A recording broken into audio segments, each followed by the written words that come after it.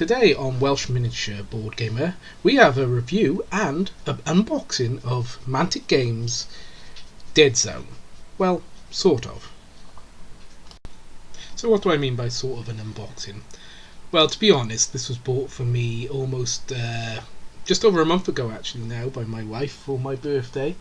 So I've already opened it up once, and I've even actually painted the miniatures and the scenery. So in this unboxing, which has already been unboxed, you'll get to see what the finished products look like, and I've actually played the game a couple of times, so I can give my honest opinion on the gameplay, etc., which I wouldn't be able to do if I hadn't already unboxed and played this game. So the Deadzone box is 34 centimeters by 28 centimeters big, which fits all the components in, etc. Quite a nice size box. Nothing really more to be said about that. So the first thing you'll find in the Deadzone box is the rulebook, which is made of high quality hardback and glossy paged. It's nice easy layout, so you can learn the rules very easily. The rule set is very simple. So simple, in fact, that when you first read it, you'll think you're missing something. You'll think it can't be this easy, there must be more rules to it. But it isn't, it really is that easy. And yet, even though it's so simple, the rules do give you enough depth to use tactics. It doesn't bog you down with loads of rules which contradict each other or override each other. And the jargon used, generally speaking, is kept to a minimum, where say suppression and pinned have the same effect. So you don't really, once you've played it a couple of times, you don't have to go looking to see what all these words mean, because there aren't that many words to begin with, and the words that they do use generally have the same sort of effect as another word. The illustrations inside the book are beautiful, the drawings and the miniatures, the little battles are really nice. The book is 27 centimeters by 17 centimeters, so it's a nice neat little book. So all miniatures in this game come on a grey plastic sprue, much like the multi-part GW models, etc. So you have to snip them out obviously and glue them in order to get them painted. So yeah, it may be not so easy for a beginner, but you know, the plastic is decent quality, etc. So yeah, so on the first sprue that you get enough to make 5 of the Enforcer miniatures, which are here, and these are painted up over the last couple of weeks, so you can see them, and they're okay. They're a bit fiddly to put together, and some of the details are rather vague. They're not quite as good a quality as I would say a GW miniature, but they're a lot cheaper than the GW miniatures, so that you know, you have to give them that little bit of a leeway on their quality. But saying that, they're nice enough, and they got plenty of character to them. Later in the video I'll show you size comparisons so that you can see the sizes of these miniatures compared to GW. So yeah, I went with a light blue colouring for them. I think it works quite well, and I like this model here, this dog drone. I think he's a unique miniature. I haven't seen anything like it from any of the other manufacturers. So yeah, the Enforcer miniatures aren't so bad.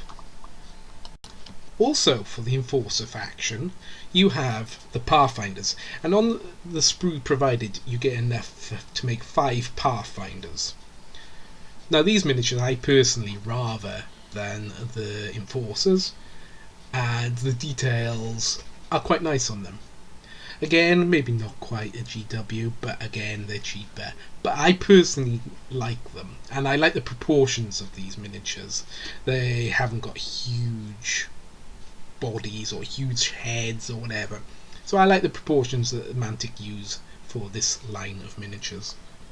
So the other faction in the starter box is the Forge Fathers, or Space Dwarfs, and you get enough pieces to make 10 assorted Forge Fathers.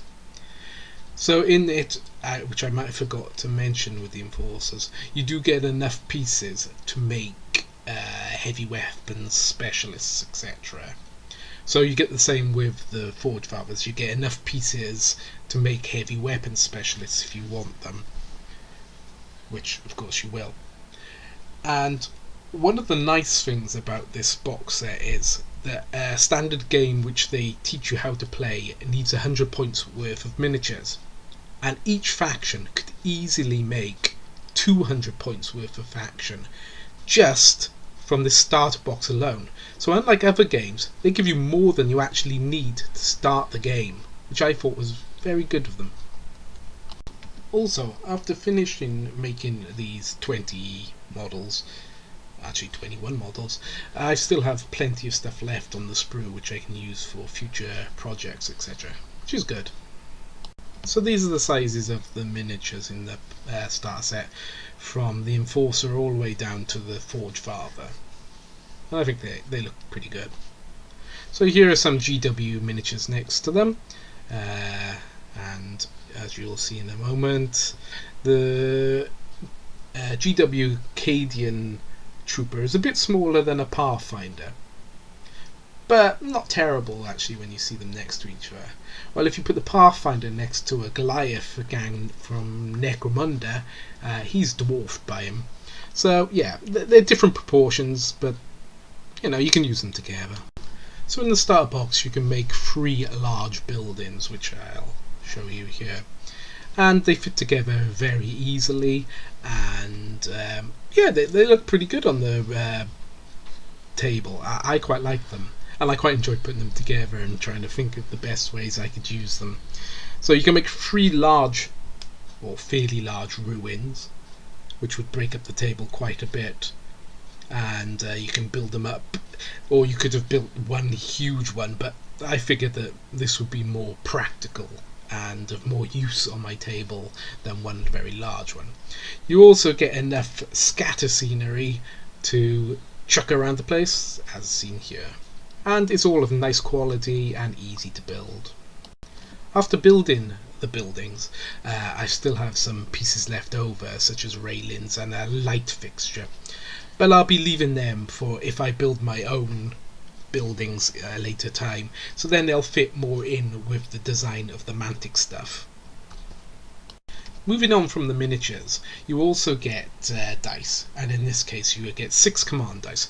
I honestly do think you could have done with 8 maybe to start off with, but still, they're nice quality etched dice, and the idea that you can get extra actions or extra fights or add an extra dice to your command is good, and I like that mechanic, and it works very well with Deadzone. So yet more dice. You get 8 8-sided dice, which is what's used in Mantic. Now that's enough to play the game, and I got no quibble about that. The nice quality dice. Most tests you need to shake 3 dice at a time, so it's easy enough for you to play the game. Onto the cardboard tokens, which you seem to get 1,000,001 of, but they're easy to follow what they are, etc., and they're made of a decent quality card, as good a quality as you need anyway. So the final component is the paper mat, which is included in the box set, and it's a paper mat, you know, it's of high gloss, it's got a decent enough image on it. Kind of wish it was a neoprene mat, but I do see why Mantic wouldn't include a neoprene mat in it, because it would have knocked the price of the game up, and the starter box is a really cost-effective way to get into it. So yeah, the paper mat is not great, but it'll do, and it gets you started in the game. The map is 2 foot by 2 foot, of which here I've pictured only a quarter of it because I haven't folded it out, but you get an idea of what it looks like. My final thoughts on Mantic's Deadzone 2nd edition. The box set is really good. It contains enough to get you started and enough to move you into the future.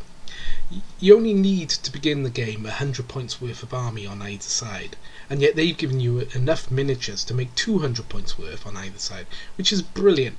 unlike certain other games where you'd struggle to play even a basic game with the box set. The rules are easy, yet they let you make good tactical decisions, and you don't have to go back to the book every 5 seconds to look up a rule. They're very instinctive rules, and yeah, really good. They let you play the game and not let the rules play you. I think it's a overlooked little gem of a game. With other games such as Kill Team and Necromunda bursting onto the scene with all their fanfare, I think they've overshadowed Deadzone a lot, and I think that's a real shame because it's a lovely little game. The range is fully supported by Mantic, and in the future, when you want to build on your team, you can buy loads of different types of models for each of the factions. So it's fully supported. I think it's a really good game for beginners especially. We've played it now 3 times, and I've got the rules down, and I don't look in the book very often at all. My wife enjoys playing this game, and she is not a miniature wargamer. Yet, the moving mechanic of moving squares makes things a lot easier, where you don't have to measure everything. So yes, in my opinion, Mantic Deadzone 2nd edition is a really good game and well worth you looking at.